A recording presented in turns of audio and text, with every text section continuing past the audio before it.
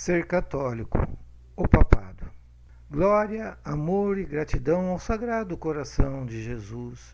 Sagrado Coração de Jesus, venha a nós o vosso reino.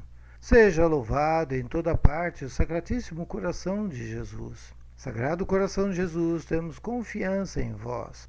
Louvor, honra e glória ao Divino Coração de Jesus. Jesus manso e humilde de coração, fazei o nosso coração semelhante ao vosso. Sagrado Coração de Jesus, sede conhecido, sede amado e imitado. Sagrado Coração de Jesus, confortado na vossa agonia por um anjo, confortai-nos nas nossas agonias. Seja louvado em toda parte o Sacratíssimo Coração de Jesus. Honra e glória aos Sagrados Corações de Jesus e de Maria. Viva o Sagrado Coração de Jesus, viva o Coração Imaculado de Maria. Salve Maria, viva Cristo Rei. Hoje, então, nesse encontro, nós vamos falar sobre a beleza que é o papado, compreender esta instituição divina, né? Começamos, então, dizendo a Cátedra Petri, ou Cátedra de Pedro, foi utilizada por uma sucessão de homens especialmente reservados por Deus para dirigir a sua igreja na parte visível, sempre com o seu auxílio, pois a sua alma, o Espírito Santo, lhe fora prometido para que não incorressem em erro. A Cátedra de Pedro era celebrada em duas datas, 18 de janeiro, associada à presença de Pedro em Roma, e no dia 22 de fevereiro em Antioquia. Em 1604, o Papa Clemente VIII incluiu ambas as festas no calendário tridentino, calendário dos santos a serem honrados na liturgia, mas foi removido por João XXIII em 1960, a do dia 18 de janeiro. Em 1962, esse calendário foi introduzido no Missal Romano. Qual o sentido de celebrar tal festa? Sem dúvida, trata-se de uma comemoração importante, pois revela que a Igreja, tal como querida por Jesus, é uma comunhão ordenada, tendo Pedro à frente. Na Sagrada Escritura, por diversas vezes, a missão de Pedro, dentro da comunhão da Igreja, aparece como única. O nome de Pedro encabeça a lista dos apóstolos. É Pedro quem fala com Jesus em nome dos demais apóstolos. Jesus promete fundar sobre o apóstolo a sua igreja, cuja estabilidade não seria jamais ameaçada, e entrega, particularmente a Pedro, as chaves do reino dos céus. A Cátedra de Pedro é o símbolo da missão magisterial que o apóstolo recebeu do próprio Cristo. Os ensinamentos de Pedro procuram atualizar os sentimentos de Jesus. A missão de Pedro é a de fazer com que o mistério do Filho de Deus, caminho, verdade e vida, seja conhecido e amado pelos homens.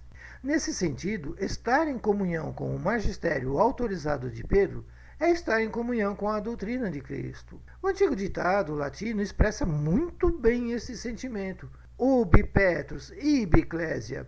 Onde está Pedro, está a igreja. Assim foi por 19 séculos, numa sucessão maravilhosa, papa após papa, homens separados por Deus para serem a cabeça visível de sua igreja. Foram se sucedendo um após o outro, sempre escolhidos sob a assistência do Espírito Santo, que sempre respeita o livre-arbítrio do homem. Vamos ver um pouco sobre esses homens, não todos, pois seriam necessárias muitas horas. Vamos escolher alguns poucos e os conhecermos não totalmente, mas um pouco para ter a ideia da beleza do que é o papado. Comecemos então pelo Papa Ponciano. Foi Papa do ano 230 ao ano 235 e santo da Igreja Cristã de Roma, nascido em Roma, sucessor de Urbano I, e que pôs fim ao cisma iniciado com Calixto I e que continuava durante o seu pontificado. Eleito Papa ainda durante o período do cisma, ordenou o canto dos salmos, a recitação do Confiteor Deo e o uso do Dominus Vobiscum, e pôs fim à heresia de Hipólito. Papa Eutiquiano.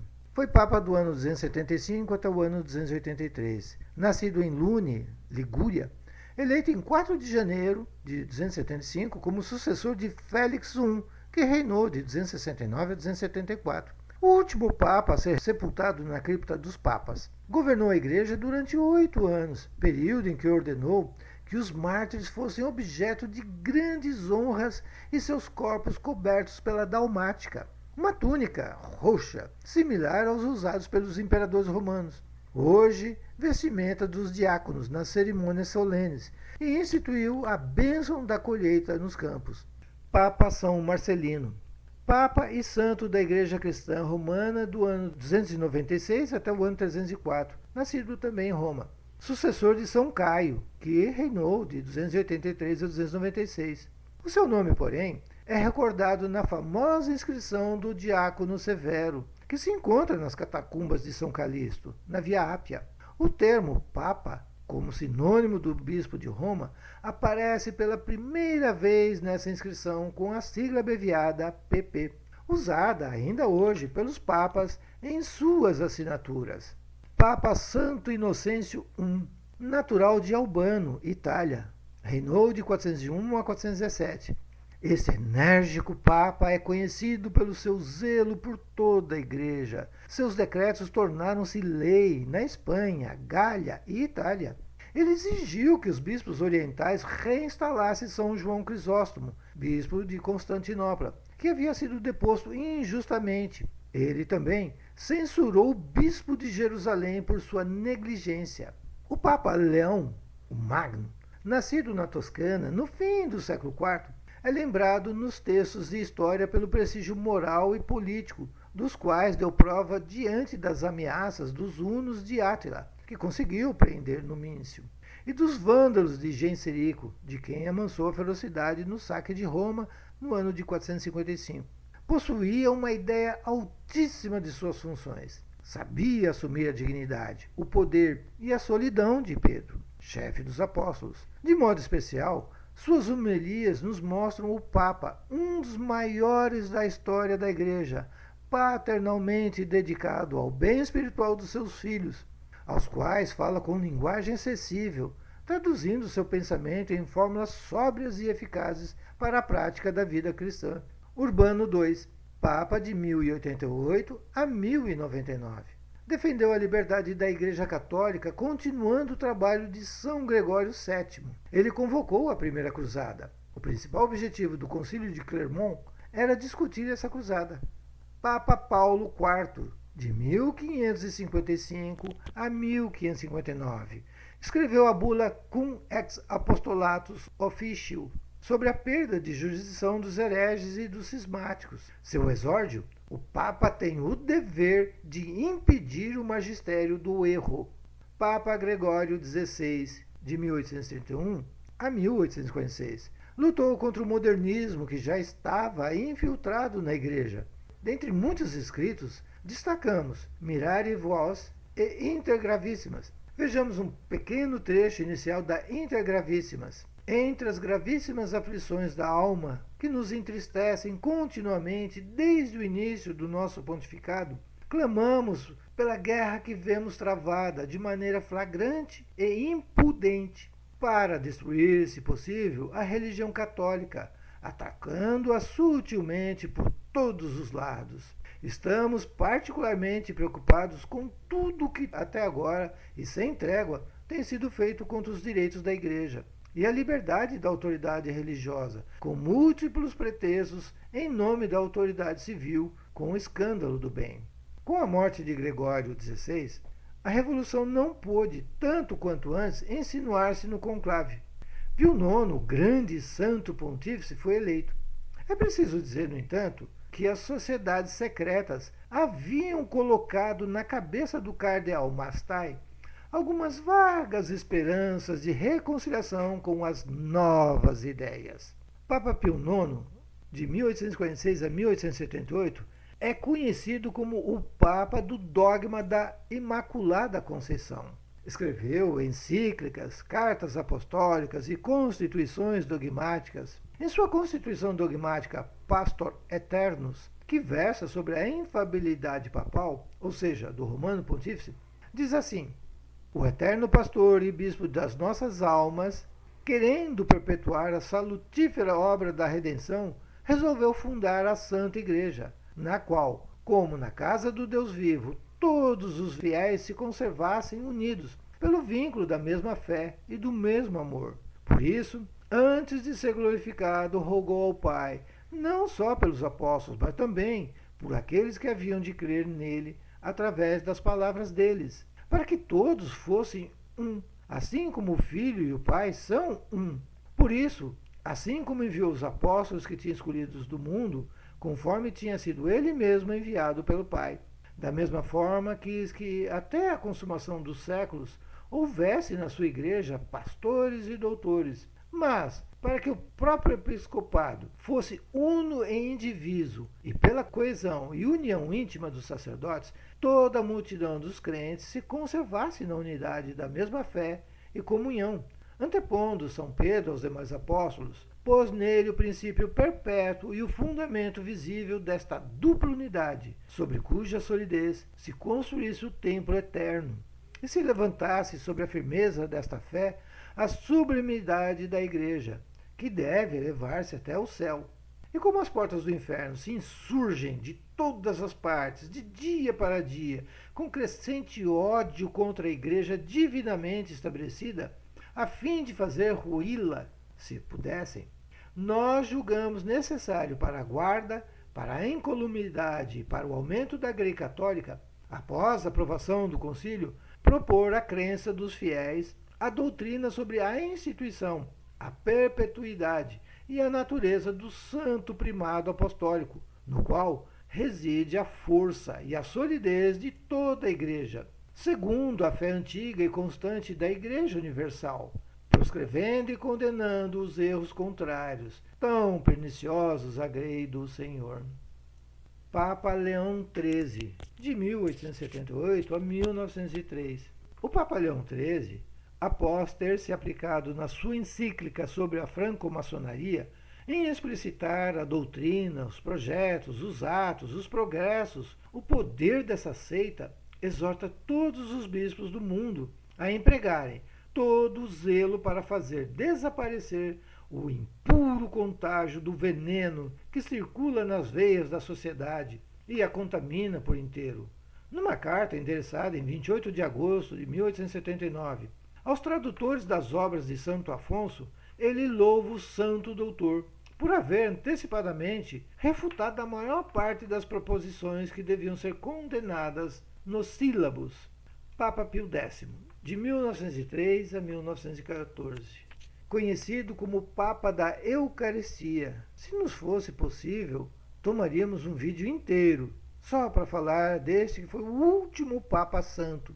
Tantos foram seus escritos, quanto foram as necessidades dos fiéis. Em um escrito sobre esse santo, podemos encontrar: não possui sabedoria celeste quem não possuir coragem apostólica.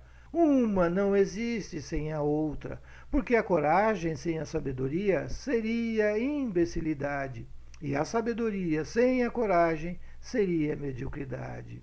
Porém, há um nome muito bonito para o medíocre nos tempos atuais: é o moderado, o nem lá, nem cá, o equilibrado, o centrão. Mas, no fundo, o medroso, o pusilânime, o covarde, o que espera o aceno da multidão para saber onde deve ir com a aprovação dos demais.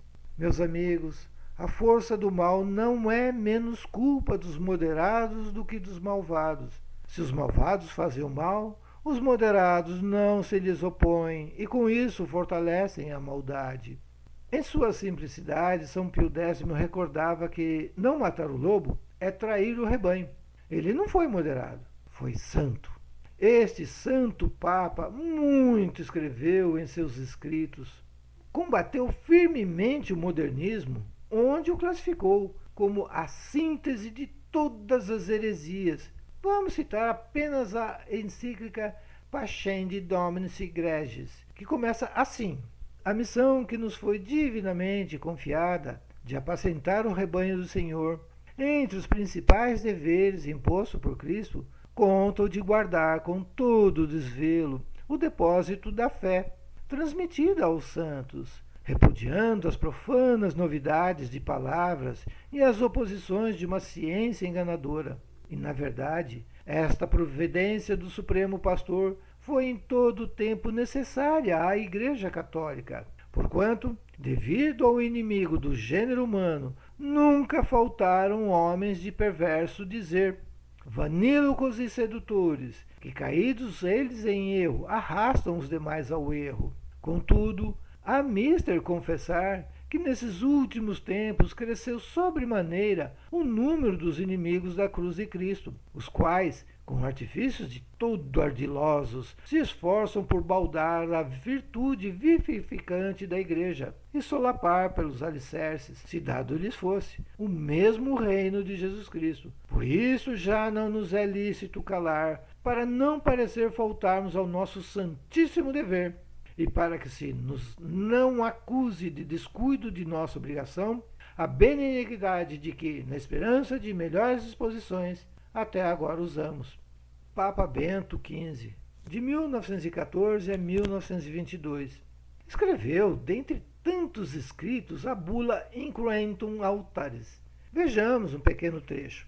O sacrifício incruento do altar, porque pela sua natureza em nada difere do sacrifício da cruz, não só traz glória para os habitantes do céu e beneficia como um remédio de salvação àqueles que ainda se encontram nas misérias desta vida, vale muitíssimo também para o resgate das almas dos fiéis que descansam em Cristo. Esta é uma perpétua e constante doutrina da Santa Igreja. Papa Pio XI, de 1922 a 1939. Ele escreveu acerca da educação a carta encíclica Divini Ilius Magistri. Escreveu também, em outros escritos, a carta encíclica Vigilante Cura, da qual vamos extrair um pequeno trecho inicial, que é um elogio da Legião da Decência.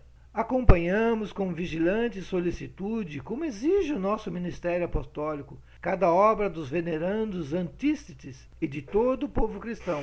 Por isso nos foi sumamente consoladora a notícia de ter já sazonado frutos salutares e porfiar ainda mais ricas vantagens àquela providente iniciativa, que fundastes há mais de 2 anos e cuja realização confiastes de modo especial à Legião da Decência, com fito de qual Santa Cruzada reprimir os abusos das representações cinematográficas.